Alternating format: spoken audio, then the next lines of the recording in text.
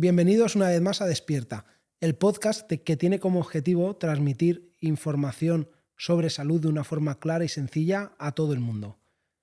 Hoy tenemos de nuevo a Mercedes Montilla, coach nutricional sobre salud integrativa y divulgadora de contenido, que vuelve a estar con nosotros. Me encantó la primera vez que estuviste con nosotros, así que mientras tú nos dejes vamos a seguir invitándote. Bienvenida, Mercedes. Hola, Cristian. Muchas gracias por volver a invitarme. La verdad que estuve súper a gusto, así que las veces que haga falta. Hoy vamos a hablar sobre un tema muy de actualidad.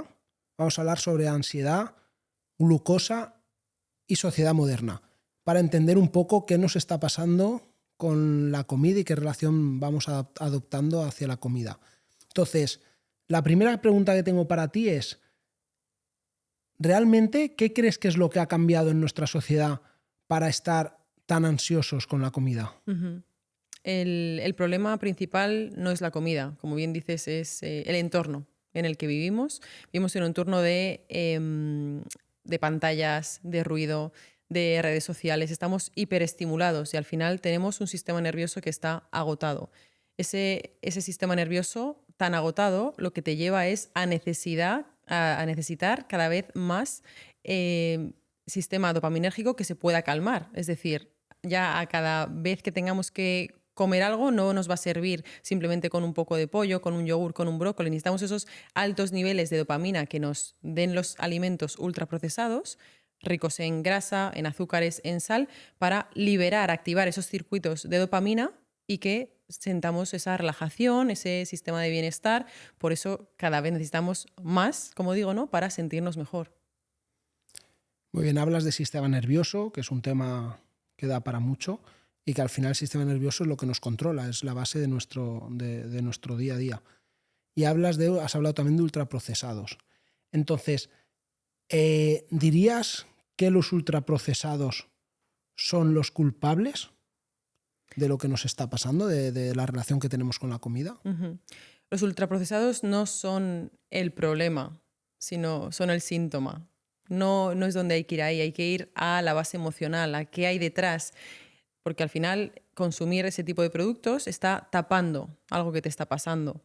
No comes porque te apetece, tienes hambre y te comes una bolsa de patatas fritas, ¿no? En ese caso, si tú te puedes comer un plato de verdura con pescado, eso es que estás regulado, estás bien, te nutre. Ahora, si necesitas algo más, estás necesitando algo que está tapando la comida. Como digo, ¿no?, es el síntoma y no es el fallo. El darte un atracón, el comprar constantemente ultraprocesados. ¿Qué necesitas? ¿Qué emoción hay detrás? Yo, por ejemplo, el enfoque que tengo en mis sesiones de coaching va siempre por la vía nutricional, si estás correctamente alimentado, y por la vía emocional. ¿Qué emociones no estás gestionando? ¿Por qué tienes esa ansiedad por la comida? Y al final a la persona, cuando se trata, ¿no?, de salud con ellas, hay que verla por esas dos vías. No simplemente es un sistema digestivo que come, es una persona que siente. Y tienes que ver cómo se siente con la comida, antes, durante y después, para ver por qué está necesitando. Entonces, muchas veces no es tanto el fijarnos en controlar la comida, sino es dar más libertad, soltar más con la comida y trabajar más la parte emocional. Que esto en el coaching ayuda muchísimo, ¿no?, a liderar esos procesos para poder llegar al objetivo de sentirte en paz con la comida. Y el coaching lo que te da es estructura, conciencia, herramientas, y es mucho más completo, por ejemplo, que trabajar la nutrición solo por ese lado. Ahora bien, hay muchas veces que el coaching no puede llegar ahí, y sí que es verdad que hay que tirar, si eres buen profesional, ¿no?, como yo me considero una buena profesional, y derivar en profesionales de la salud mental, por ejemplo, en psicólogos, ¿no?, esas personas que te van a ayudar más a gestionar esa alimentación, porque no tiene que ver con la alimentación, tiene que ver con las emociones. El resumen es que el problema no está en la comida. Y el único problema, por ejemplo, que no tratan las dietas es ese. No trabajan la parte emocional, solo se centran en los alimentos. Y por más que intentes cumplir un papel que te lleve una dieta, no vas a llegar a alcanzar ese objetivo, porque el problema de fondo no lo estás trabajando. Muy bien. Entonces estamos hablando ahora de diferentes conceptos. Al final estamos hablando de un factor multidisciplinar, porque al final hablamos de alimentación, hablamos de sistema nervioso, hablamos de cerebro, de cómo gestionamos nosotros las emociones con la comida, y también estamos hablando de que quizá la sociedad actual pues no está entendiendo muy bien lo que quiere decir alimentarse, lo que quiere decir tener una alimentación saludable. Yo entiendo que siempre se había entendido como una buena alimentación, una dieta. Es lo que nos han vendido, lo que nos han querido explicar, ¿no? Que si tú te quieres alimentar bien, tienes que coger una hojita y tener una dieta de A, B, C y de ahí no salirnos. Sin embargo, nos estás diciendo que esto va un poquito más allá, o que es mucho más sencillo incluso, no te diría más complicado, más sencillo, que es que tenemos que entender que una buena alimentación no va solo de seguir una plantilla, sino que va de entender, pues empezamos con hacer una buena compra, entender qué tenemos que comprar, entender qué es una buena alimentación y qué no, y esto ya no estamos hablando de dieta, estamos hablando de hábitos. De hábitos y de conocerte a ti mismo. O sea, tienes que tener una buena relación contigo y con la comida. Muchas personas caen en el error de pensar que las relaciones solo son interpersonales, ¿no? Solo son con personas. Y la relación que tienes con el plato, con la comida, ¿desde dónde estás comiendo? ¿Estás comiendo desde una necesidad de control, de ansiedad, de castigo, de obligación? ¿No? Me han impuesto una dieta, tengo que comer esto sí o sí.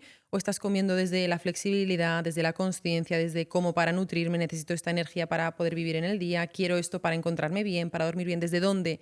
Y desde el dónde impacta mucho más que lo que comes. Muchísimo más. Qué bueno. Igual esto, yo creo que poca gente se plantea esto. De hecho, yo te escucho y me veo muy reflejado, ¿no? En que hay alimentos con los que uno se siente en paz o con los que uno se siente en culpa. Y creo que por ahí pasamos todos, sobre todo cuando uno quiere cuidarse o quiere hacer una dieta y sale un poquito de lo que le marcan, empiezan todos los problemas. Entonces, visto desde este punto, yo te preguntaría, ¿cómo podemos salir de esa ansiedad por la comida sin sentirnos en culpa, con restricciones?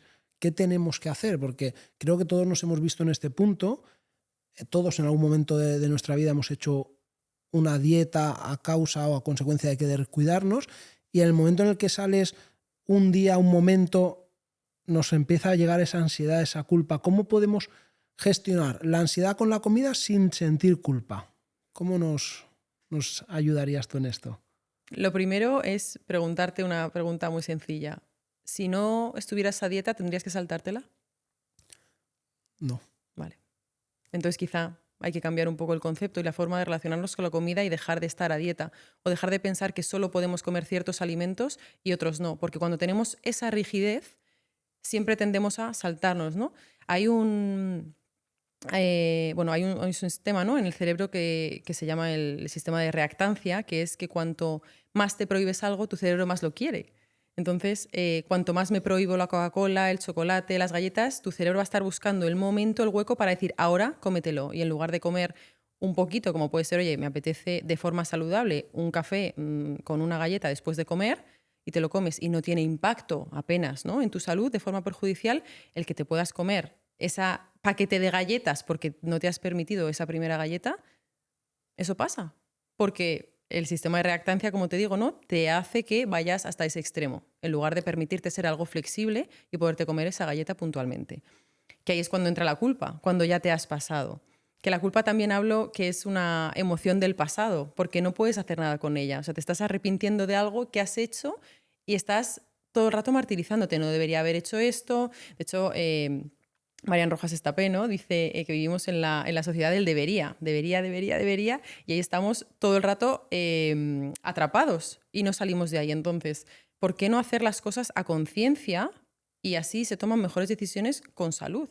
Si te apetece esa galleta puntualmente, cómetela, pero no te prohíbas, porque estás entrando en ese bloque que digo yo, ¿no?, de rigidez mental, en el cual solo entras en estos alimentos, dietas súper estrictas, prohibiciones, control alimentario.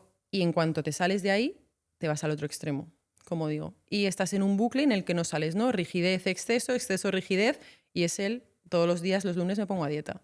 Y de ahí no sales. Entonces, si salimos de ahí, como te he hecho la pregunta, ¿no?, si no tuviéramos dieta, eso, yo lo digo mucho, que vivimos en esa cajita, ¿no?, donde ponemos todos los alimentos que sí y fuera van los que no. Si le quitas esa cajita a tu cerebro, a tu mente, y te das ese permiso para poder comer de todo, eres flexible. Y eso es lo que trato siempre de divulgar en redes sociales y de trabajar con mis clientes en coaching. Si te permites esa flexibilidad, te permites comer de todo, vas a ver que incluso teniendo esa caja de galletas, no te las vas a comer. Porque tu cerebro no está con esa ansiedad por comérsela porque se lo has prohibido. Si se lo permites, no te lo vas a comer. Esto obviamente no es un proceso, hay que trabajarlo y depende de las personas, pues cuesta más o menos, pero se llega a trabajar desde esa mente rígida hasta esa mente flexible. Y ahí es donde no te entra la culpa, porque no hay prohibición. Ahora, como hay prohibición, hay culpa, siempre. Me encanta esa palabra, flexibilidad. Me parece que es importante que la tengamos en cuenta.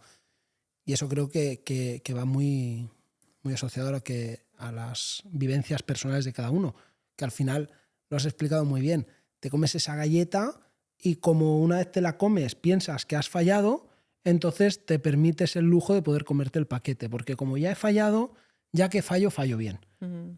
Sin embargo, yo creo que, fíjate que no es tan importante lo que comes como lo que no comes, porque al final, que tú te comas 1 o 2 galletas si te apetecen, no es un problema, pero es importante que no te comas el paquete, ¿no? Que no te sientas mal, que no te obligues después, porque esto, la culpa te genera obligaciones que tú tienes contigo mismo de decir, ya que me siento mal, vamos a hacer que sea con todas. Entonces es importante, la flexibilidad creo que va a ser súper importante para entender esto. Y luego además, después de la culpa, entra la compensación. Como te digo, no es un círculo vicioso en el que no sales. Entonces es ansiedad, atracón, culpa, compensación. Y no sales, no sales. Entonces hay que romper por algún lado. En cuanto empiezas a flexibilizar tu forma de ver la comida, tu forma de pensar, que encima también añado que si tienes flexibilidad con la comida, como es un tipo de relación, también puedes flexibilizar otras relaciones que tienes en tu vida. Ya no eres tan exigente contigo. A la hora de el resto de hábitos, por ejemplo, ¿no? Si te propones ir al gimnasio 3 días a la semana y no vas, pero eres flexible y dices, oye, esta semana he hecho lo que he podido y he ido 2, te sientes bien, no te sientes culpable. Lo mismo con el número de horas de sueño. Bueno, hay un montón de cosas, ¿no?, que se pueden flexibilizar, pero si tienes esa mente, si tienes una mente rígida del todo o nada, nunca vas a salir de ahí, te vas a estar castigando y vas a estar viviendo en constante ansiedad. Y la pagarás con la comida, porque la comida, como te digo, no, está tapando ese problema. Como ves, la comida no es el problema. Totalmente, sí, sí. De hecho, creo que le has dado una vuelta un poco a cómo cómo yo te quería plantear las preguntas, porque te las iba a plantear de una forma, pero la primera respuesta me has cambiado un poquito todo el guión. Entonces, dicho eso, claro, al final entras en un círculo, como bien has dicho, de culpa, compenso, y cada vez la culpa es mayor, la compensación tiene que ser mayor. Wow, salir de ahí es como que en el momento en el que sales de ahí generas una liberación que hace que las dietas sean imposibles de mantener. Entonces, visto esto, y como yo le estoy dando ahora la vuelta al guión, el alimento, estos alimentos que al final, estos ultraprocesados, que son los que nos generan entrar en este círculo, podríamos decir que son productos adictivos. Entonces, ¿tú crees que la industria alimentaria genera productos adictivos? Sí. Sí. La respuesta obvia, pero ahora te pido. Sí, pero... Yo lanzo la piedra, escondo la mano, así que te la dejo en tu tejado. Sí, está claro que la industria sabe perfectamente qué ingredientes utilizar, como sal, grasa, azúcar. Esa combinación ya hay con harinas, es el combo perfecto para crear esa adicción a la comida, pero sí que es verdad que está en la gestión de cada uno en cómo ver la comida, ¿no? Si cómo tapar el problema o cómo hacerse responsable de su alimentación. Es decir, yo sé que tengo un tema, que tengo ansiedad, porque al final no tienes ansiedad por la comida, tienes ansiedad en tu vida y ahí lo tapas con la comida. Entonces, si tú te empiezas a trabajar a ti mismo y empiezas a ver los fallos que te están llevando a acumular esa ansiedad para que al final acabes comiendo ese tipo de comida súper hiperpalatable, que como decían al principio, ¿no?, te activa esos circuitos dopaminérgicos, te liberas, te relajas y sientes bienestar. Esto al final el cerebro se acostumbra y lo que hace es repetirlo y te dice, oye, cuando estés mal, para aliviar el malestar, vamos a comer esto. Y es un círculo, ¿no? Pero cuando empiezas a tirar del hilo y ves que tú no eres adicto a la bolsa de patatas, sino que eres adicto a la sensación que te provoca esa bolsa de patatas, lo que haces es ir al origen, esto obviamente con ayuda profesional, pero vas al origen y dices, ¿qué me está generando esa sensación para yo acabar comiendo patatas? Es que tengo un trabajo que no me gusta, tengo una relación de pareja que no me gusta, tengo una situación de vida que no me gusta y al final lo acabo pagando con la comida. No puedes estar todas las noches, porque además pasa por la noche. Yo no Todavía no conozco a alguien que se levante por la mañana, me voy a dar un atracón de patatas fritas, ¿no? Pero por la noche ya se te ha acumulado esas cosas que no te gustan. Empieza a trabajarlas. O, por ejemplo, esto es muy típico también de personas, perfiles súper exigentes, súper perfeccionistas, que aquí mucha gente se va a sentir relacionada, ¿no? De la hiperexigencia a la que están sometidos. Porque soy madre, porque soy mujer, porque soy empresaria, tengo que estar perfecto en esto, en esto, en esto. Y al final no liberas, estás todo el día en tensión y necesitas liberar por algún lado. Por eso por la noche quizá necesitas esa calma que te da la comida. Porque si no, no te puedes relajar. Yo muchas veces lo que hago en este caso es búscate momentos al día en los que empieces a bajar esa súper exigencia que tienes. Y cuando empiezas a relajarte y ya no es todo tan rígido, vas en el día caminando con un poco más, como digo, de flexibilidad, no llegas con tanta ansiedad a la noche y puedes permitirte tener una cena normal, saludable y dormir bien.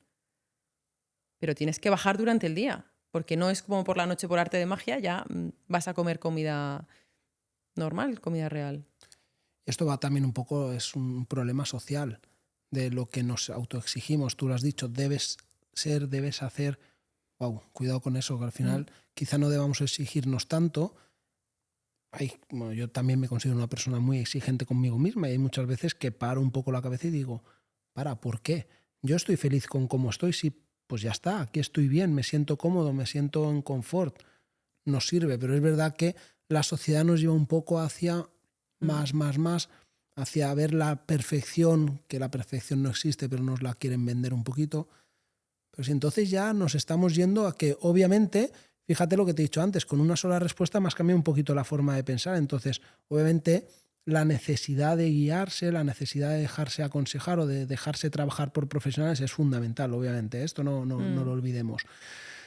Vale, yo entiendo que para entender cómo funciona la ansiedad, cómo funciona lo que nos genera nuestro sistema nervioso con la ansiedad y lo que paliamos con la comida, tenemos que entender lo que pasa en nuestro cerebro, lo que pasa en nuestro cuerpo cuando hay picos de glucosa, bajadas de glucosa. Entonces, como quiero que entendamos un poquito esto y creo que nos vas a poder ayudar mucho, lo que yo te preguntaría ahora es, vamos a llevar eso a tierra, vamos a llevarlo a donde nos podamos entender.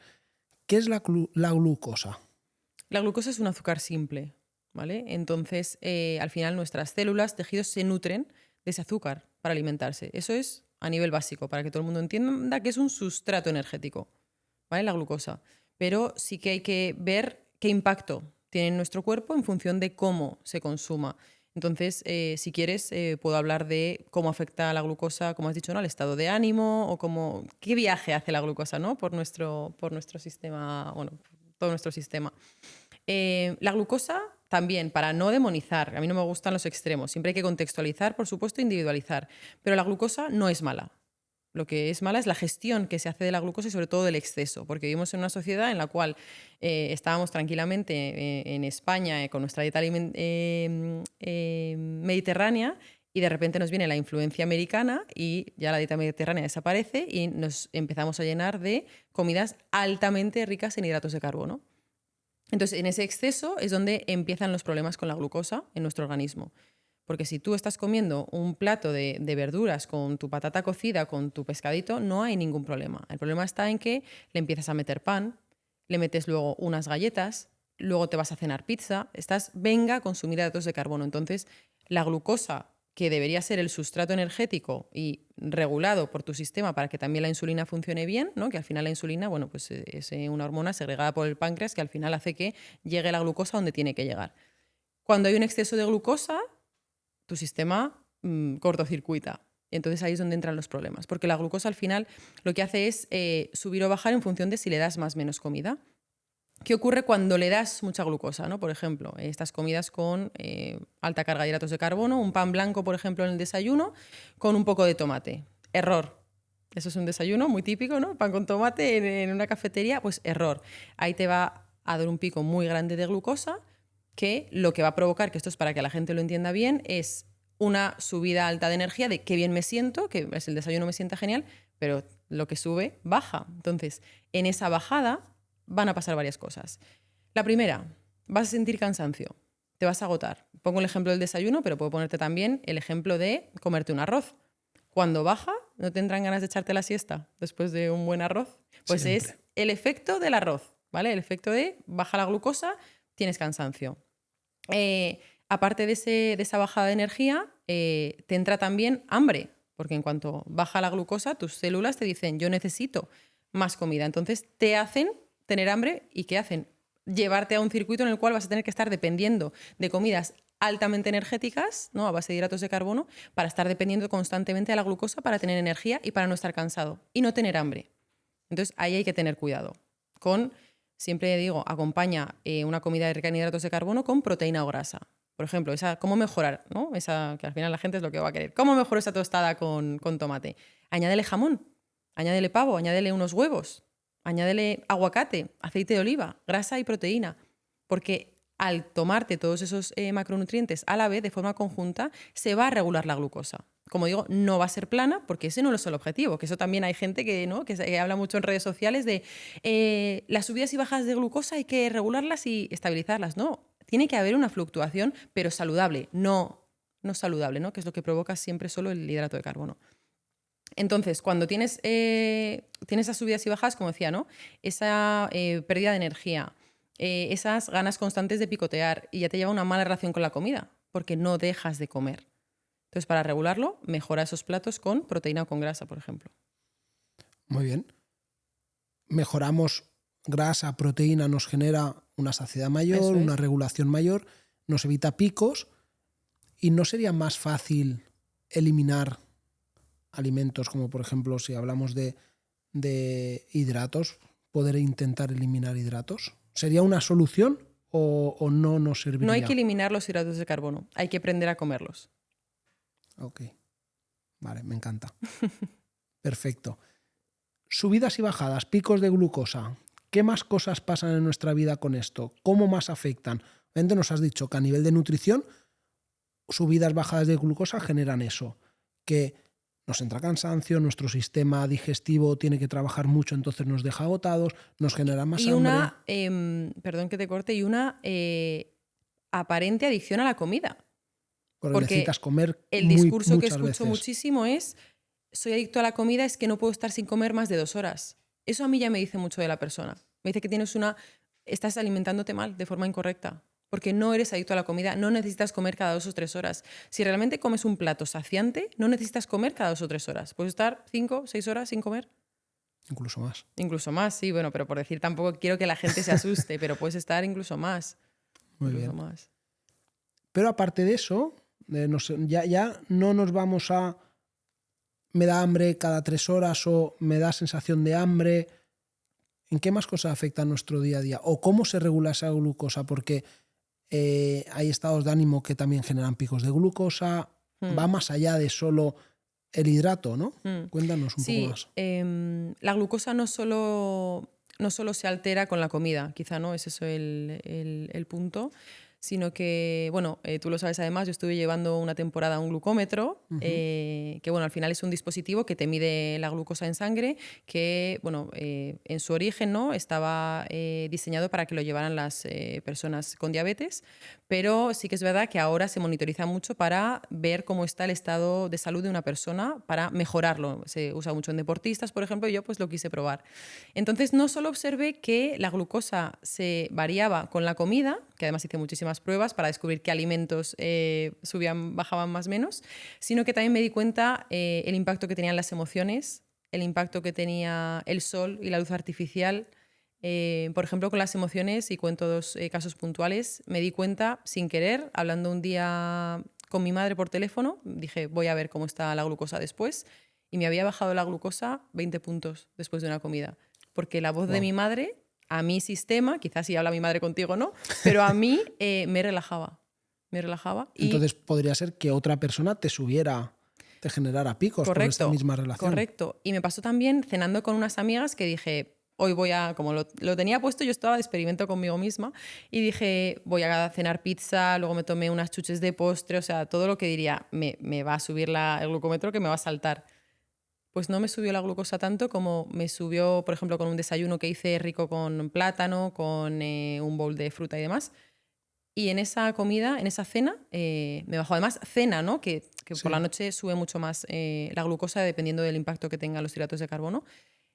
Y dije, ¿cómo es posible? Digo, esto tengo que averiguar, ¿no? Entonces estuve estudiando y vi el impacto que tenía con quién comieras, con quién compartieras la comida. Yo estaba en esa cena riéndome, disfrutando muchísimo y entonces la glucosa no se dispara. Y ahí es importante el punto que se lo recuerdo mucho a mis clientes, que es no añadas ingredientes innecesarios a tu comida. Cuando tú le estás poniendo peso a la comida, ansiedad, le estás metiendo carga de quiero que esto me adelgace a la fuerza, estás comiendo desde esa obligación, estás sumándole una cantidad de cortisol a la comida que cuando la estás ingiriendo, el cortisol, por si alguien no lo sabe, te sube también la glucosa.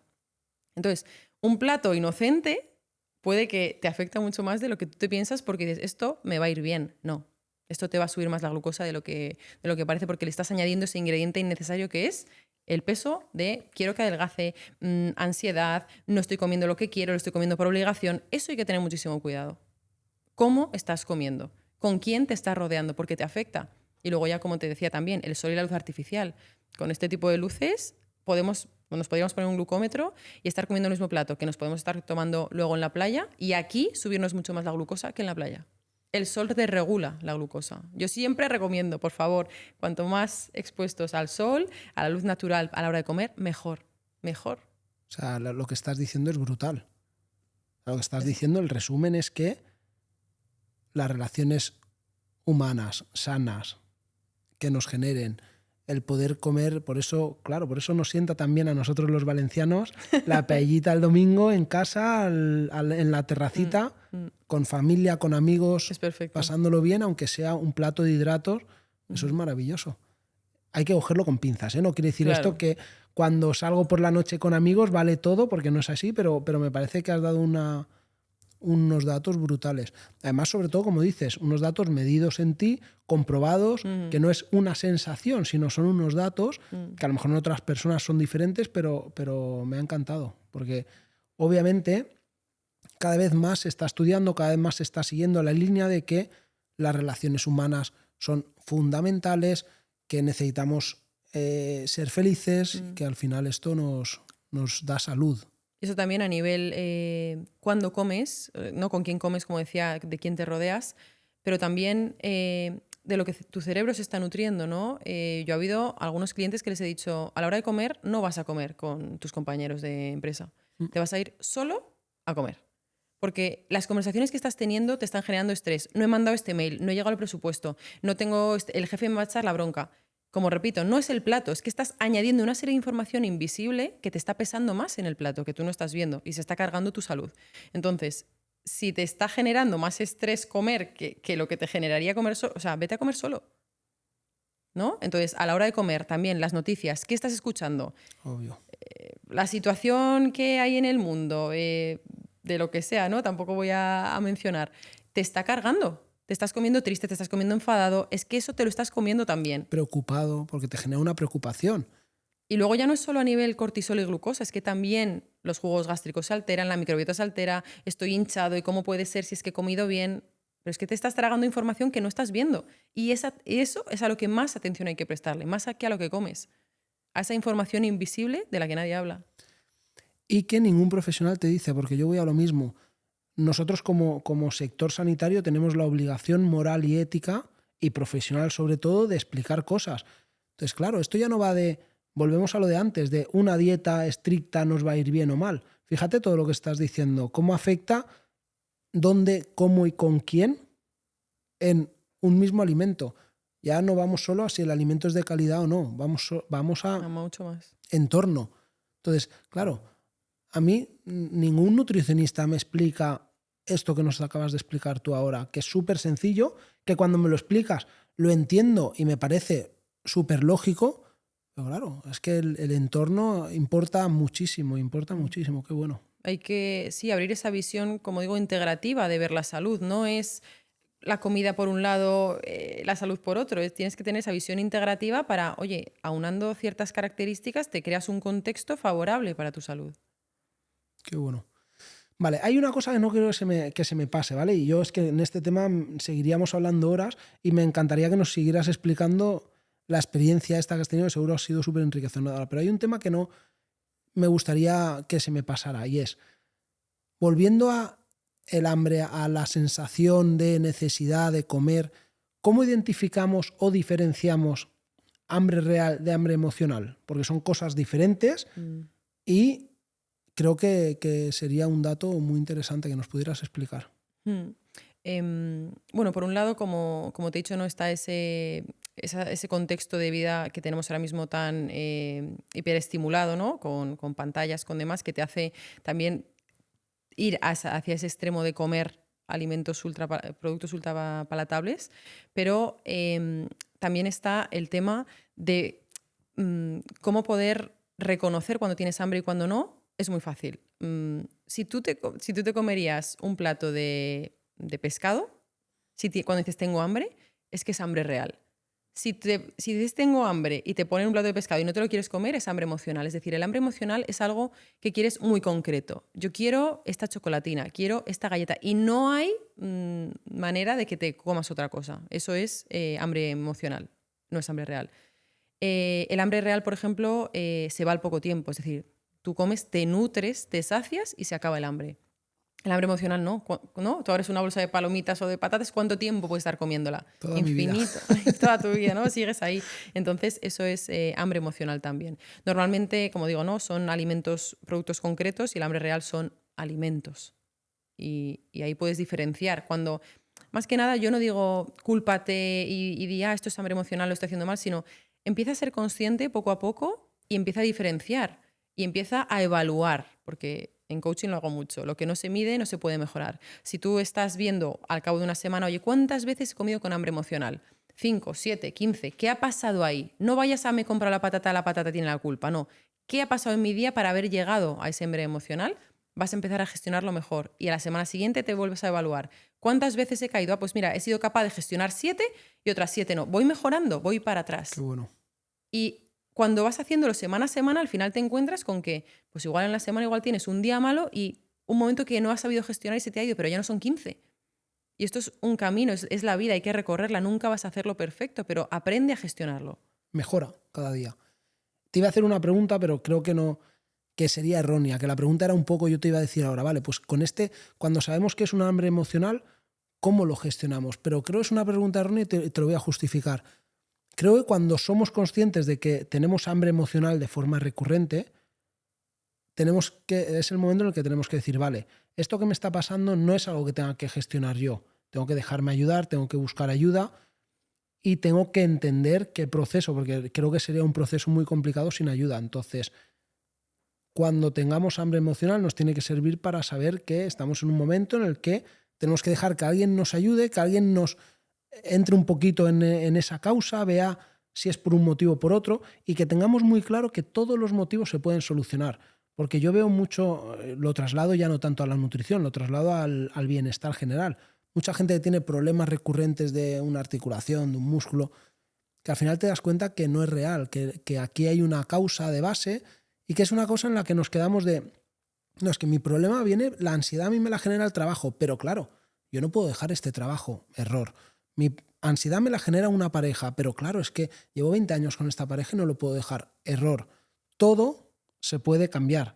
Si algo no te está haciendo bien, te hace mal. Esto es algo que tenemos que tener claro.